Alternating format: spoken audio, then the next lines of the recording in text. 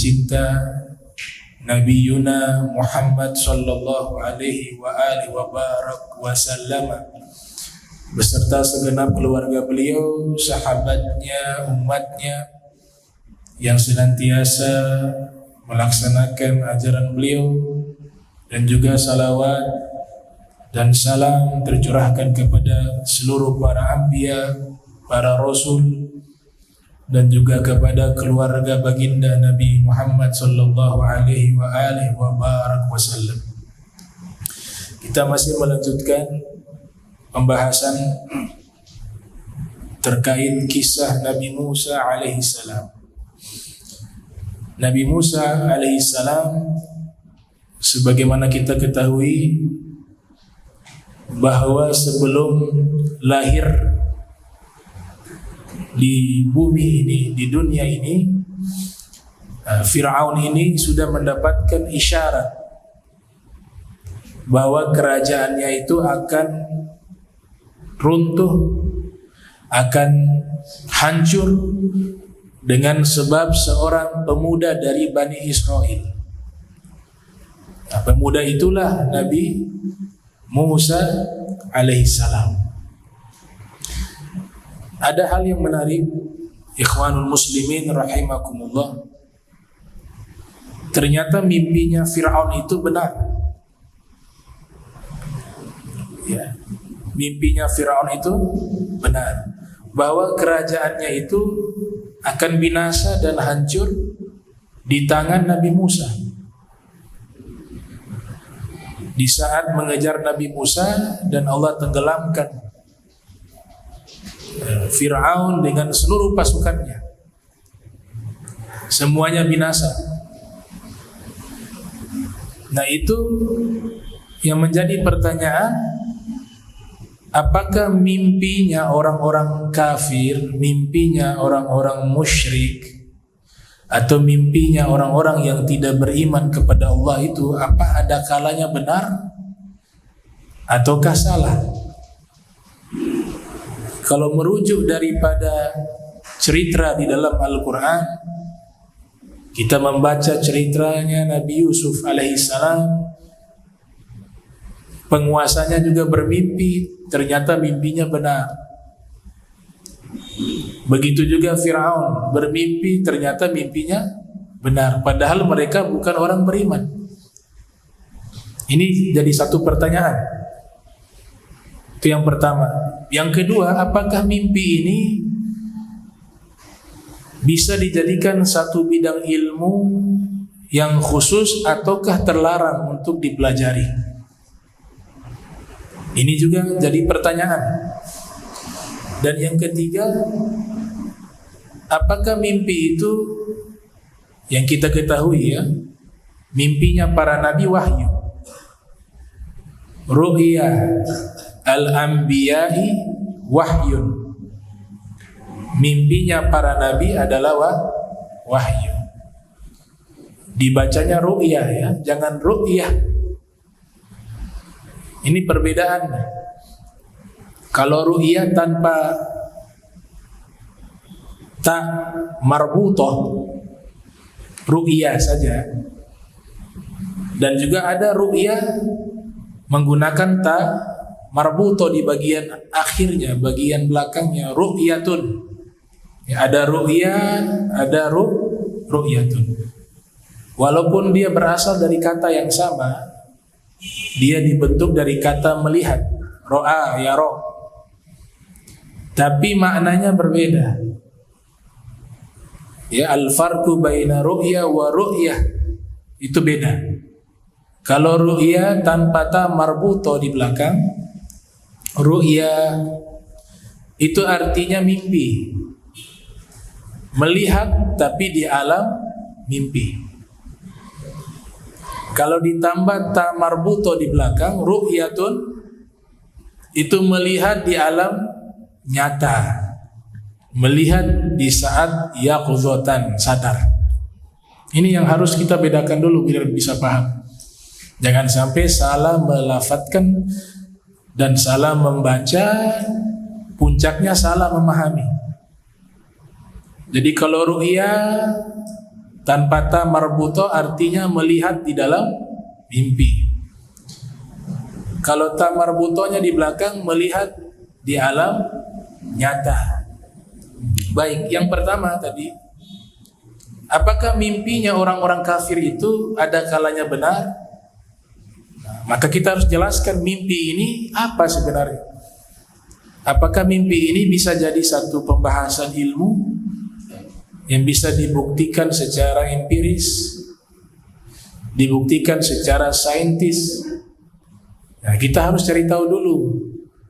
Mimpi ini disebutkan di dalam Al-Quran, dia adalah salah satu cabang ilmu. Para ulama memandang ada dua kelompok. Ada yang mengharamkan, disebut dengan ilmu ta'biri ru'yah. Jadi sudah jadi satu ilmu mustaqillun, satu ilmu yang independen, namanya ilmu mentakwilkan mimpi. Ibnu Khaldun, seorang sejarawan dan seorang sosiolog, di dalam kitab Muqaddimah yang lahir tahun 732 Hijriah, wafat 808 Hijriah. Nah, beliau menyatakan satu pernyataan yang menarik menurut saya, karena di situ beliau katakan ilmu takwil mimpi itu bagian dari ilmu syariat,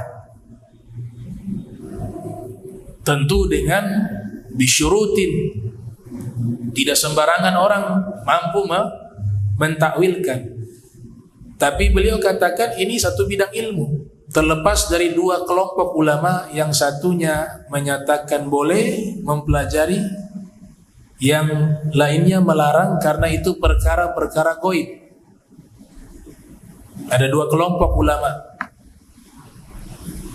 Namun Ibnu Khaldun berpendapat bahwa ilmu takwil mimpi atau ilmu ta'biri ru'yah ini adalah satu bidang ilmu daripada ilmu syariat Islam, dan ini istimewanya agama Islam, di antaranya adalah memiliki ilmu takwil mimpi. Agama-agama lain tidak ada. Di situ juga dikatakan bahwa ilmu ini salah satu ilmu yang sangat sulit,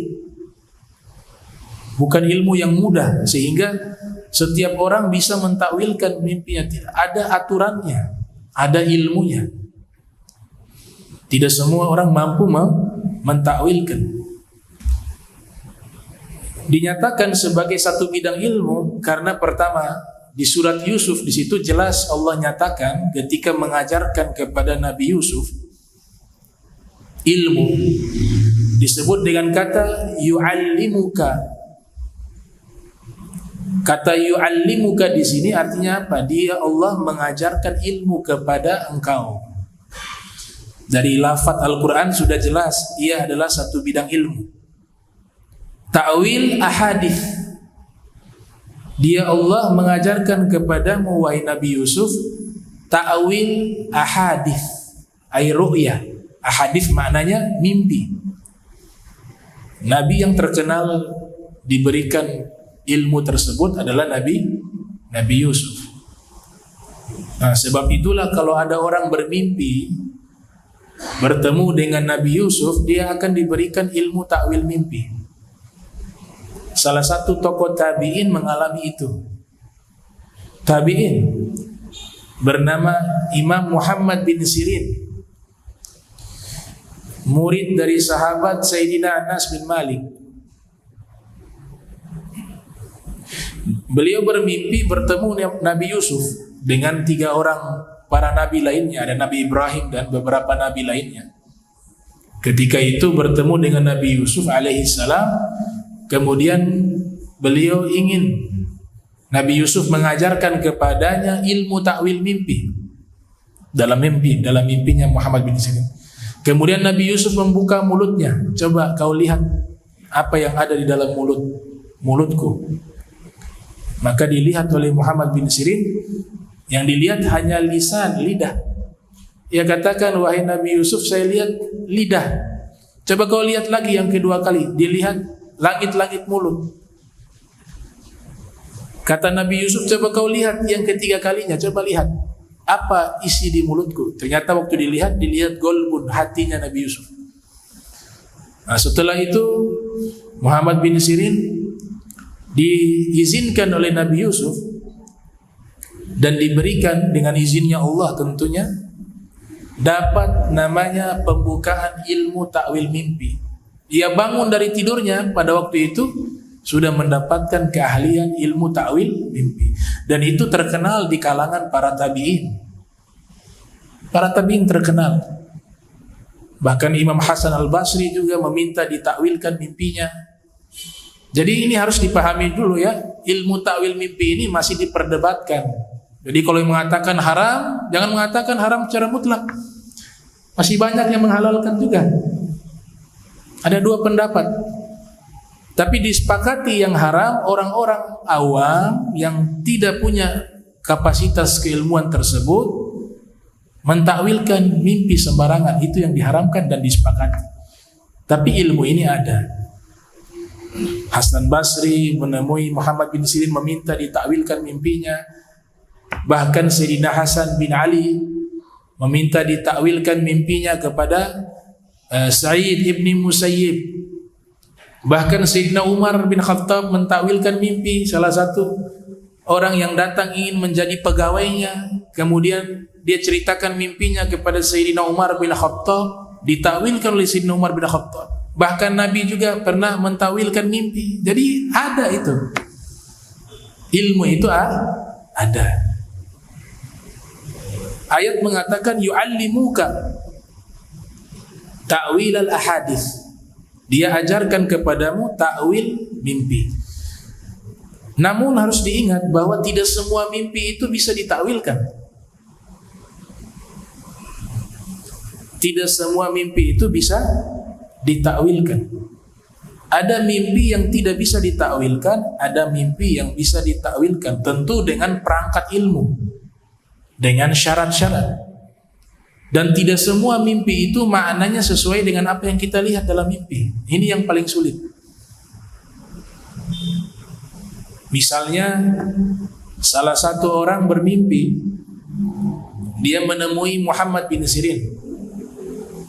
Al-Imam Muhammad bin Sirin ketika mendapatkan cerita mimpi dari seseorang itu bermimpi dia beli tanah. Di alam nyata dia beli tanah. Setelah dia beli satu tanah, dia bermimpi di malam itu bahwa keponakannya berjalan di atas tanah yang dia beli. Setiap kali keponakannya menginjak tanah, yang dia injak bukan tanah tapi ular.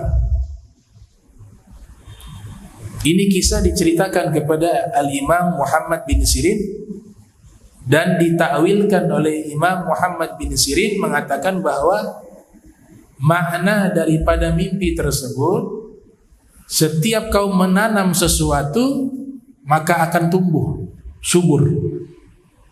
Padahal kalau secara pandangan mimpi itu mimpi tidak baik. Tanah ada ular. Tapi ini kebalikan. Jadi jangan sembarangan mentawil-tawilkan mimpi, haram hukumnya. Yang berilmu juga dia harus punya sanad keilmuan tentang ilmu tersebut, dan tidak boleh dia mengarang-arang. Semuanya sudah ada regulasi aturannya. Jadi mimpi itu tidak harus persis apa yang kita lihat. Kadang-kadang terbalik dia. Kadang-kadang terbalik. Ada juga mimpi malaikat maut. Contoh takwilan mimpi malaikat maut. Kalau kita bertemu malaikat maut dalam mimpi, itu artinya apa? Hanya sekedar berpapasan begitu, atau kita melihat bentuknya malaikat maut misalnya dalam mimpi. Pasti di pikiran kita, oh kita tidak lama lagi meninggal. Umur kita mungkin tidak panjang. Tapi para ulama mengatakan, ulama yang pakar di bidang takwil mimpi disebut dengan abir atau mu'abbir. Orangnya disebut abir atau mu'abbir. Mereka mengatakan kalau ada orang mimpi melihat malaikat maut, malakul maut, maka orang itu tulul umri, umurnya panjang. Jadi terbalik, mimpinya menyeramkan melihat malaikat maut, pikiran kita, oh umur kita pendek. Ternyata di balik mimpi itu justru umur kita panjang. Makanya dibuat rincian oleh para ulama-ulama yang pakar takwil mimpi. Yang pertama, kalau kita mimpi melihat malaikat masuk ke rumah. Malaikat masuk ke rumah. Dakhalal malaku fi baitihi. Maka di situ bukan mimpi yang baik. Artinya apa? Tidak gampang mentakwilkan mimpi. Padahal malaikat itu yang kita pahami datang ke rumah pasti baik. Ternyata di dalam mimpi kalau ada malaikat masuk ke dalam rumah kita, itu kita diperintahkan falyahdhar, waspada. Ya, dalam waktu dekat dakhala lisun fi baitihi, akan ada maling masuk ke rumahnya. Contoh itu. Ini contoh saya sebutkan bukan dari saya, bukan saya karang. Ini pendapat para ulama-ulama ahli takwil mimpi. Nah, sekarang balik ke pembahasan tadi. Firaun mimpinya ternyata benar. Namrud mimpinya juga ternyata benar. Ini informasi dalam Al-Quran sudah menyatakan demikian, berarti hal ini bisa terjadi. Orang kafir, orang-orang musyrik, musuh-musuhnya Allah bisa diberikan mimpi yang benar oleh Allah Ta'ala.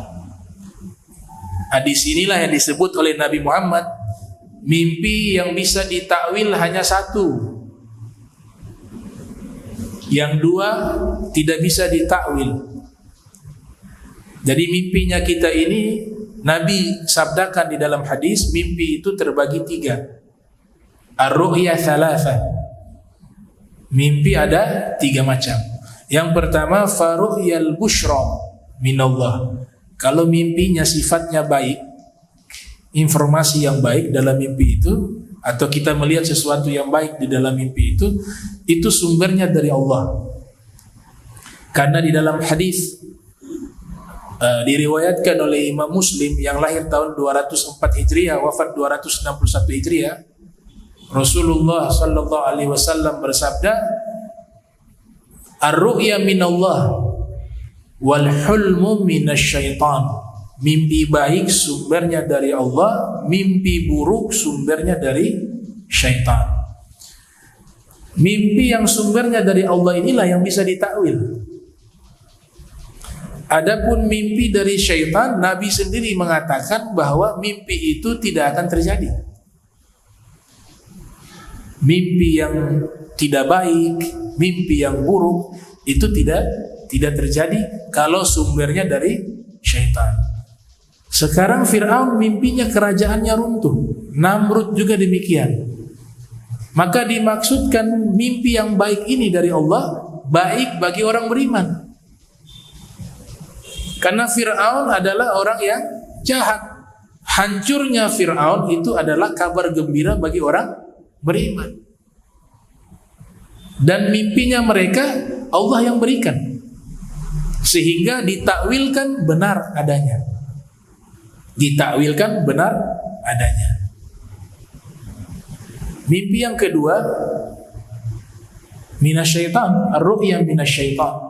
Mimpi dari syaitan tidak bisa ditakwil karena isinya kebohongan, isinya dusta. Mimpi yang ketiga juga tidak bisa ditakwil karena isinya imajinasi, hayalan, yaitu ru'ya yuhadditsu biha al-insanu nafsahu fayaraha. Mimpi yang bersumber dari imajinasi seseorang. Dia imajinasi, dia berpikir tentang sesuatu sampai terbawa di dalam tidurnya. Nah, mimpi semacam ini mimpi yang dusta. nggak bisa ditakwil. Jadi yang ditakwil hanya mimpi yang bersumbernya dari Allah Subhanahu wa taala. Nah, mimpi malaikat itu dari Allah. Mimpi Nabi Muhammad itu juga dari Allah. Mimpi para nabi juga dari Allah. Al-Imam Muhammad bin Sirin di dalam kitabnya Tafsirul Ahlam dinisbatkan kepada beliau. Pembahasan pertama mimpi melihat Allah. Situ saya pernah bahas khusus masalah mimpi melihat Allah. Ya, bahwa tidak bisa kita melihat Allah di dunia ini.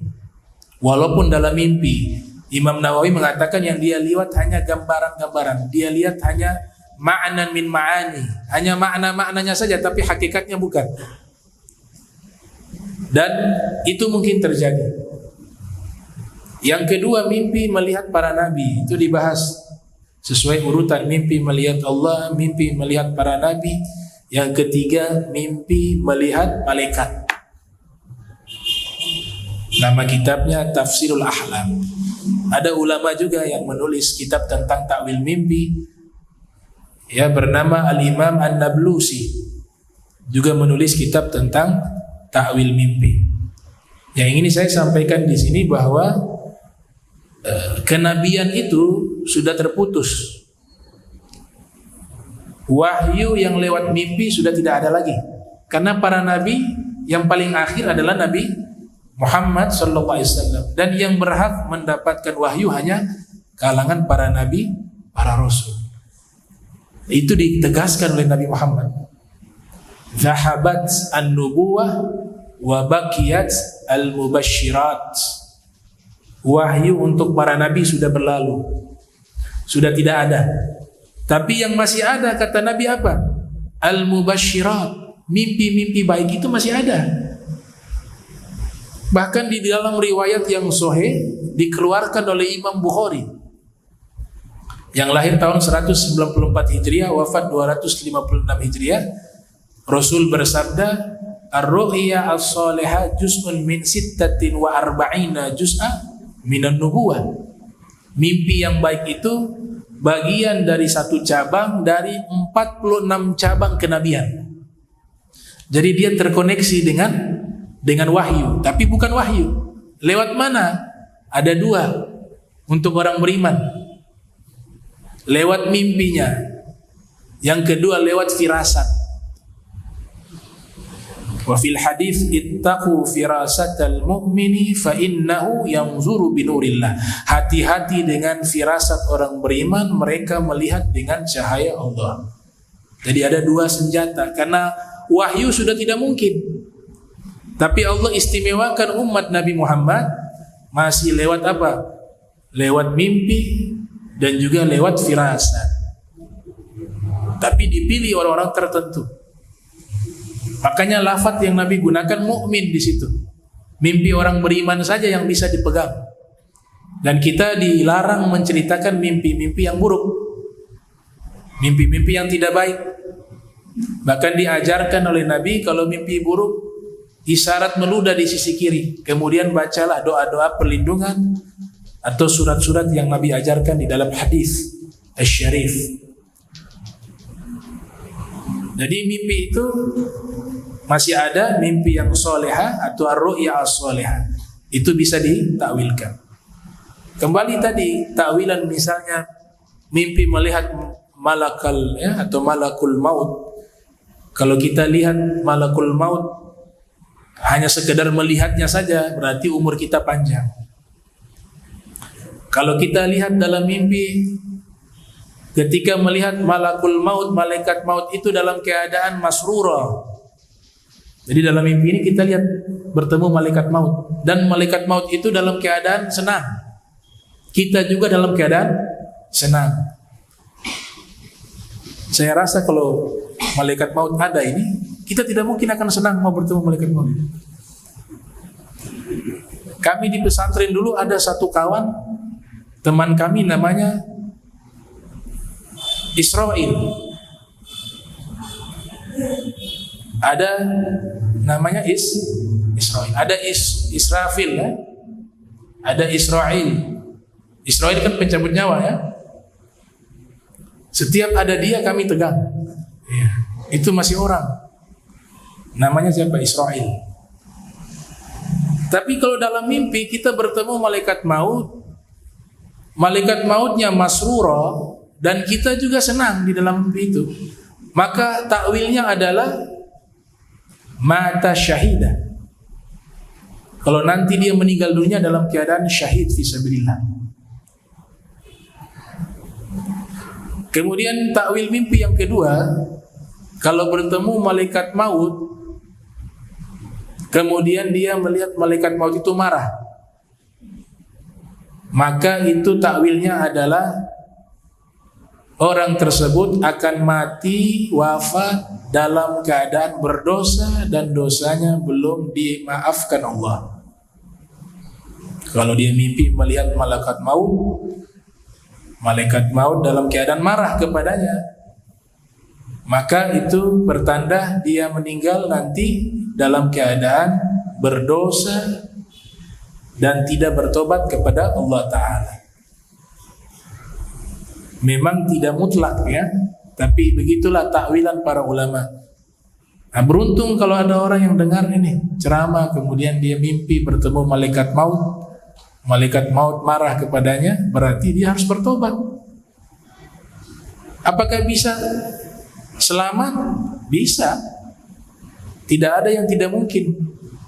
Semuanya itu kehendak Allah Ta'ala.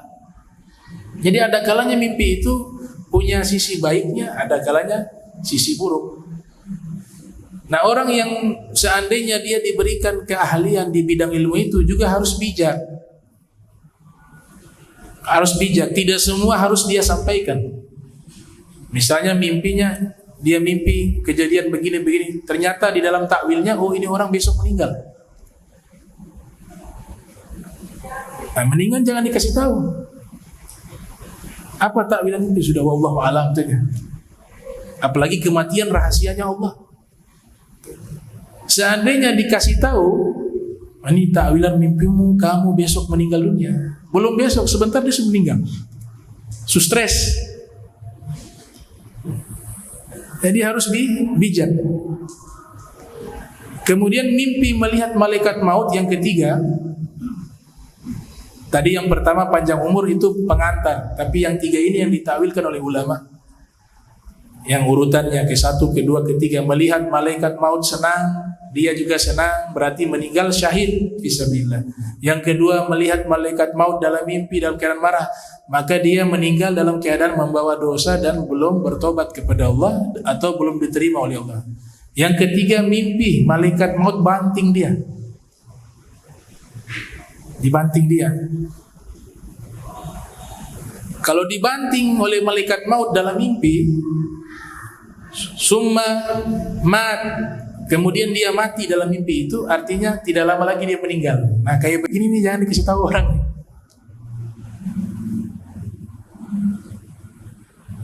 Nah, jadi begitu rumit ilmu ini. Dan semuanya punya takwilan. Kalau haramkan takwil mimpi, nah itu sahabat banyak mentakwilkan, bahkan Imam Bukhari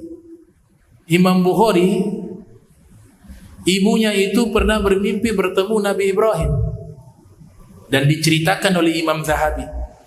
Al-Imam Az-Zahabi yang lahir 673 Hijriah, wafat 748 Hijriah, menceritakan dalam kitabnya Syiaru A'lamin Nubala. Imam Bukhari waktu lahir matanya buta, sedangkan harapan ibunda beliau ingin anaknya ini kelak menjadi ulama besar. Sang ibu berdoa terus-menerus di tiap malamnya, sampai pada akhirnya bermimpi berjumpa Nabi Ibrahim. Ketika bermimpi berjumpa Nabi Ibrahim, besok harinya mata Imam Bukhari sembuh, bisa melihat lagi. Jadi orang yang buta kemudian dia bermimpi Nabi Ibrahim, maka penyakit butanya itu akan diangkat oleh Allah. Sebagaimana Imam Al-Bukhari. Nah, mimpi yang ketiga tadi imajinasi, ya, imajinasi tidak bisa ditakwilkan. Mimpi yang bersumber dari syaitan juga tidak bisa ditakwilkan. Mimpi yang bersumber dari Allah itu yang bisa ditakwilkan. Al-Imam Ja'far As-Shadiq ibn Muhammad Al-Baqir yang lahir tahun 83 Hijriah, wafat 148 Hijriah, mengatakan mimpi yang paling benar itu adalah mimpi di siang hari. Orang tidur siang. Waktu sunnah namanya apa? Qailulah. Waktu qailulah.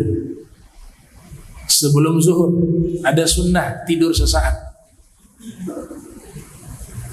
Kata Imam Ja'far As-Shadiq, asdaqu ru'ya qailulah. Mimpi yang paling benar itu, potensi kebenaran mimpi itu adalah mimpi di waktu qailulah. Adapun pendapat Ibnul Qayyim, murid daripada Al-Imam Ibnu Taimiyah. Ibnu Qayyim lahir tahun 691 Hijriah, wafat 751 Hijriah, menulis satu kitab berjudul Madarijus Salikin, membahas kitab tafsiran atau penjelasan dari ayat di surat Fatihah, Iyyaka na'budu wa iyyaka nasta'in, menyempurnakan penjelasan sebelumnya yang ditulis oleh Syekh Al-Harawi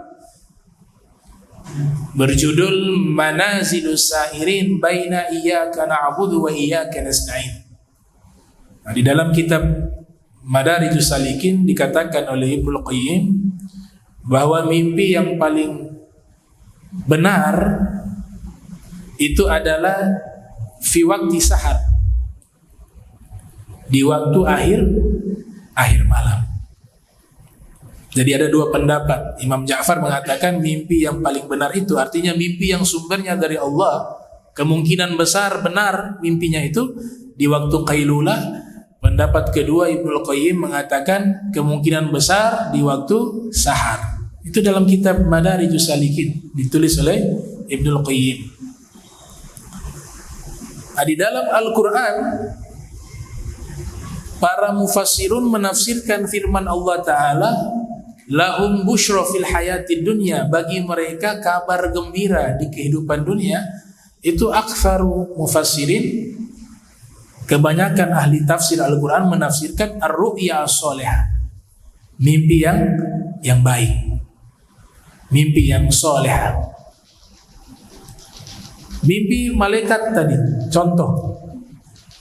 Sekarang mimpi para nabi, ru'yal anbiya. Setiap para nabi itu kalau kita bermimpi bertemu dengan nabi-nabi, mulai Nabi Adam sampai Nabi kita Muhammad sallallahu alaihi wasallam, itu semua punya takwilan-takwilan masing-masing. Sekali lagi, tidak semua mimpi para nabi itu makna mimpinya baik. Dibagi dua, ada yang inzar, ada yang basyir.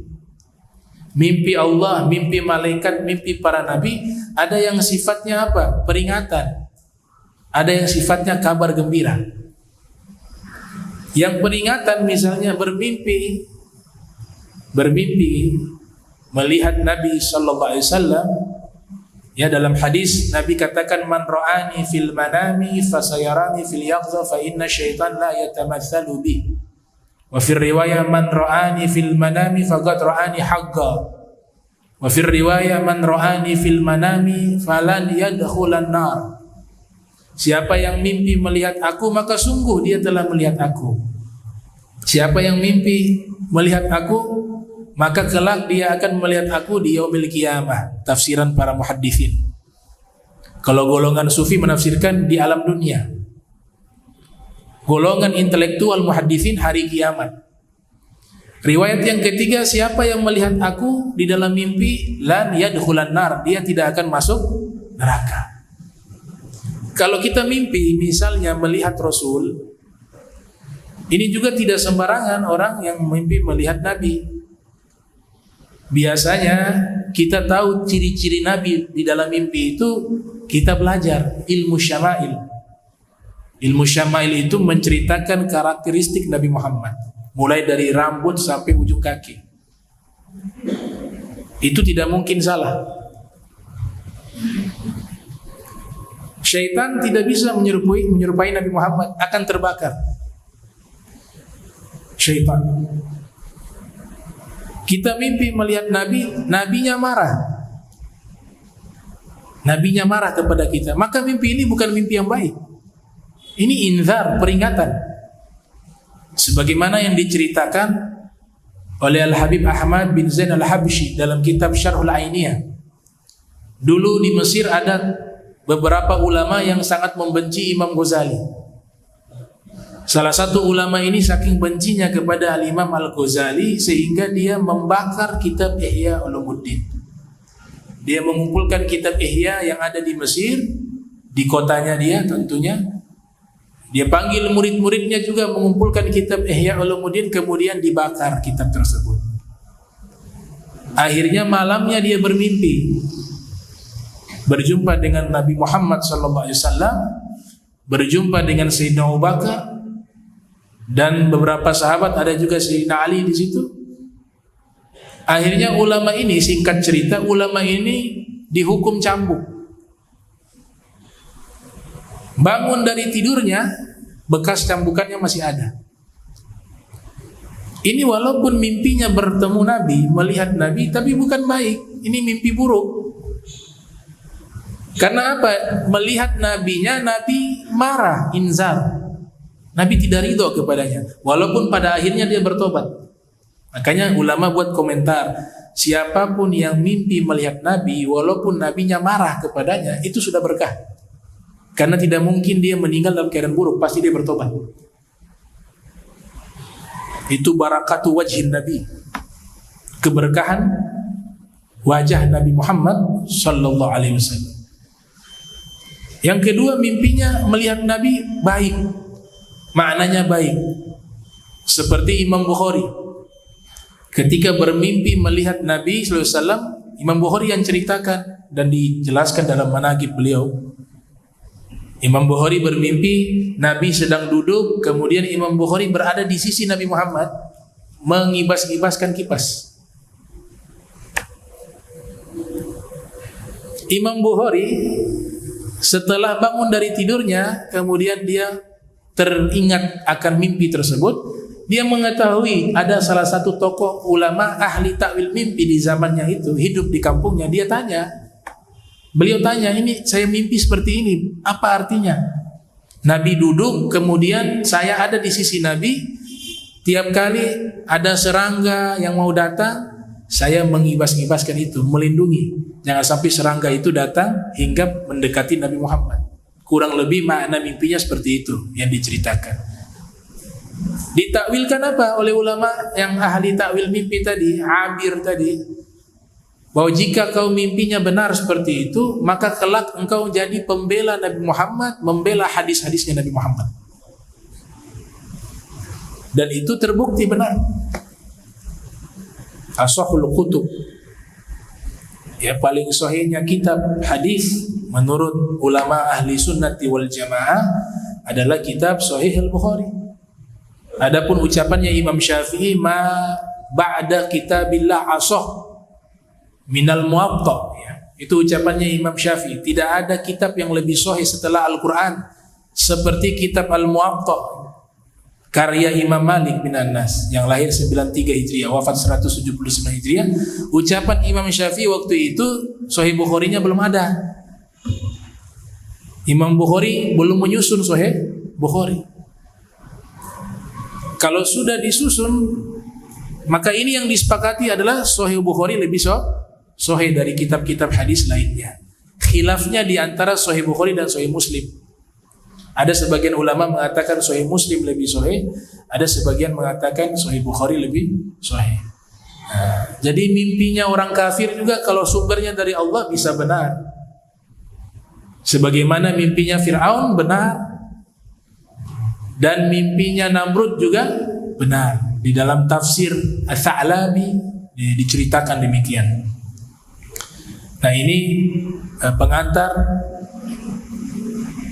kajian kita di akhir-akhir ya. Mungkin nanti tanggal 8 saya mau libur dulu, nisfu Sya'ban, untuk kita istirahat di semua pengajian di masjid-masjid. Jadi ini kajian masih cukup panjang, masih kita bahas, masih sampai di Nabi Musa. Mudah-mudahan kita panjang umur semua, sehat wal afiyah, diberikan ta'ah wal istiqamah, dibersihkan hati kita, dibersihkan roh kita, dibersihkan akal kita, jasad kita, kita meninggal husnul khotimah setelah panjang umur, sehat wal afiyah. Ya, kalau doa minta husnul khotimah itu tambah lagi di belakang, panjang umur, sehat wal afiyah. Ya. Ada yang doakan saya semoga bib husnul khotimah, tambah dulu. Kalau minta husnul khotimah saya mau meninggal cepat. Minta husnul khotimah, panjang umur, sehat al afiyah. Ya, kalau minta sehat tambah afiyah. Jangan hanya minta sehat saja. Ya, kalau sehat saja Allah kasih itu sehat, tapi kalau tidak afiah dia sehat tapi tidak taat. Sehatnya itu, nikmat sehatnya itu dia letakkan di tempat yang tidak diridhoi oleh Allah. Tapi kalau ada al-afiyah, maknanya as-salamah, maka dia sehat juga, sehat, nikmat sehat itu di tempat yang Allah ridhoi. Nah, makanya doa tuh Nabi katakan kepada pamannya Sayyidina Abbas, ya, wahai pamanku, kalau doa minta afiah, kata Rasul. Tidak ada nikmat yang paling besar ba'dal iman seperti afiah, sehat wal afiah.